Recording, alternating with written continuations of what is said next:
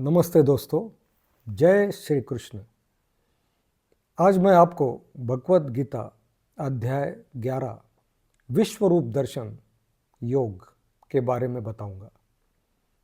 अध्याय 10 तक अर्जुन जान लेता है कि भगवान कृष्ण ये कितने महान हैं।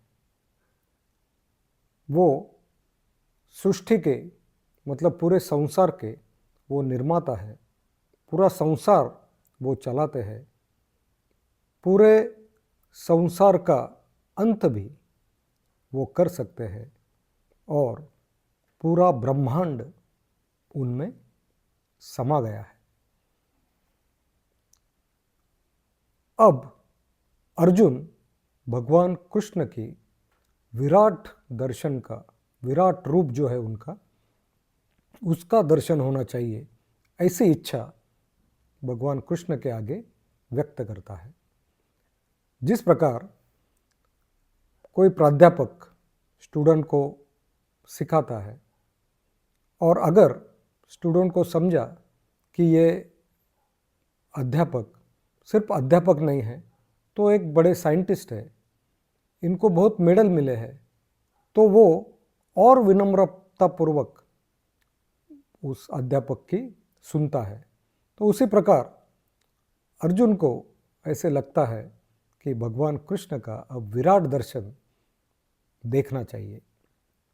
तो कृष्ण स्मित करते हैं और अर्जुन को कहते हैं कि मेरा विराट दर्शन किसी को भी नहीं मिलता है, कुछ गिने चुने लोगों को ही मैं वो देता हूँ और उसमें से एक तू है, लेकिन तुझे सामान्य दृष्टि से मेरा विश्व रूप नहीं दिखेगा, तो इसके लिए मैं तुझे दिव्य दृष्टि दूंगा। जिस प्रकार हम कोई 3D मूवी देखने जाते हैं और अगर हम गॉगल नहीं पहनते हैं तो हमें वो कुछ समझ में नहीं आता है, लेकिन जब हम वो 3D गॉगल पहनते हैं तब हमें वो 3D मूवी बराबर दिखती है। उसी प्रकार भगवान कृष्ण ने अर्जुन को दिव्य दृष्टि दी और उसके बाद अपना विराट स्वरूप अर्जुन को बताया। तो अर्जुन ने देखा कि भगवान को अनगिनत आंखें हैं, अनगिनत मुंह है, अनगिनत हाथ है, बहुत बड़ा विराट स्वरूप है, पूरा संसार उसमें समा सकता है और अलग अलग रंग है और बहुत जीव उनमें, उनके मुंह के अंदर कंटिन्यूसली जा रहे हैं। तो अर्जुन बड़ा भयभीत होता है। तो भगवान कृष्ण कहते हैं कि पूरा संसार मुझ में समाया गया है, हर सृष्टि का, हर बात का अंत मैं ही डिसाइड करता हूँ और सब मेरे से ही चलता है और ये जो युद्ध होने जा रहा है उसका रिजल्ट भी यह मैंने तय किया है। समय के साथ यह सब तय हो गया है, मैं ही समय हूँ और ये जो भी योद्धा सामने तू देख रहा है इनका मृत्यु पहले से ही मैंने निश्चित किया है, तुझे सिर्फ तेरा कर्म करना है, मतलब रिजल्ट फाइनल है। इसका मतलब भगवान ने ये कहा है कि कोई कितना भी दुष्ट व्यक्ति हो, कितना भी बलशाली हो, लेकिन अगर वो अहंकारी हो, दुष्ट हो, तो उसका अंत भगवान कृष्ण पहले से ही तय कर देते हैं।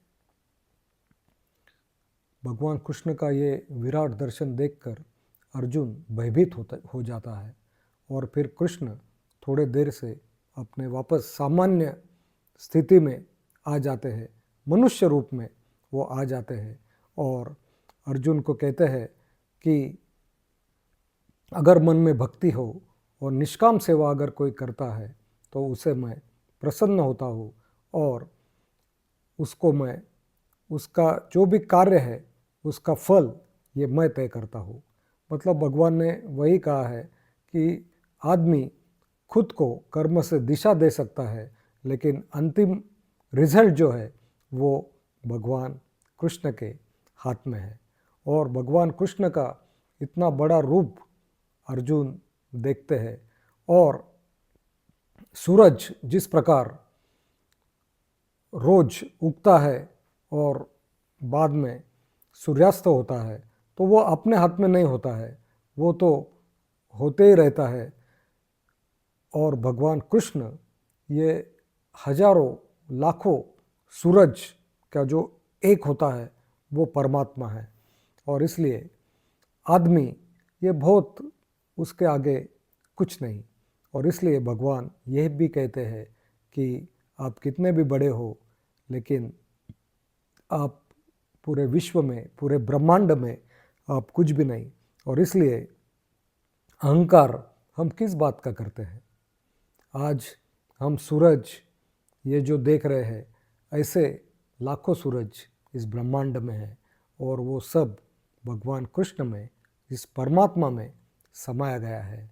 तो इसलिए हमारा अहंकार हमने छोड़ देना चाहिए, और हम जो भी कार्य करते हैं वो भक्ति से करना चाहिए।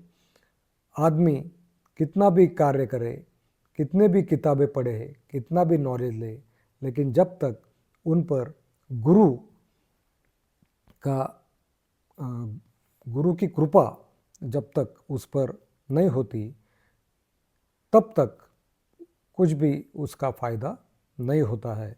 और जब हम भक्ति करते हैं भगवान कृष्ण की, देवता की, और फिर हम निष्काम कार्य करते हैं, फल की चिंता नहीं करते हैं, तो हमें हमारा जो भी फल है वो अच्छा भगवान कृष्ण हमें देते हैं।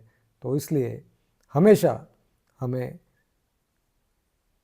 एक सामान्य आदमी की तरह रहना चाहिए, कोई भी अहंकार हम में न हो, क्योंकि यह सृष्टि बहुत बड़ी है और इसके निर्माता भगवान कृष्ण है।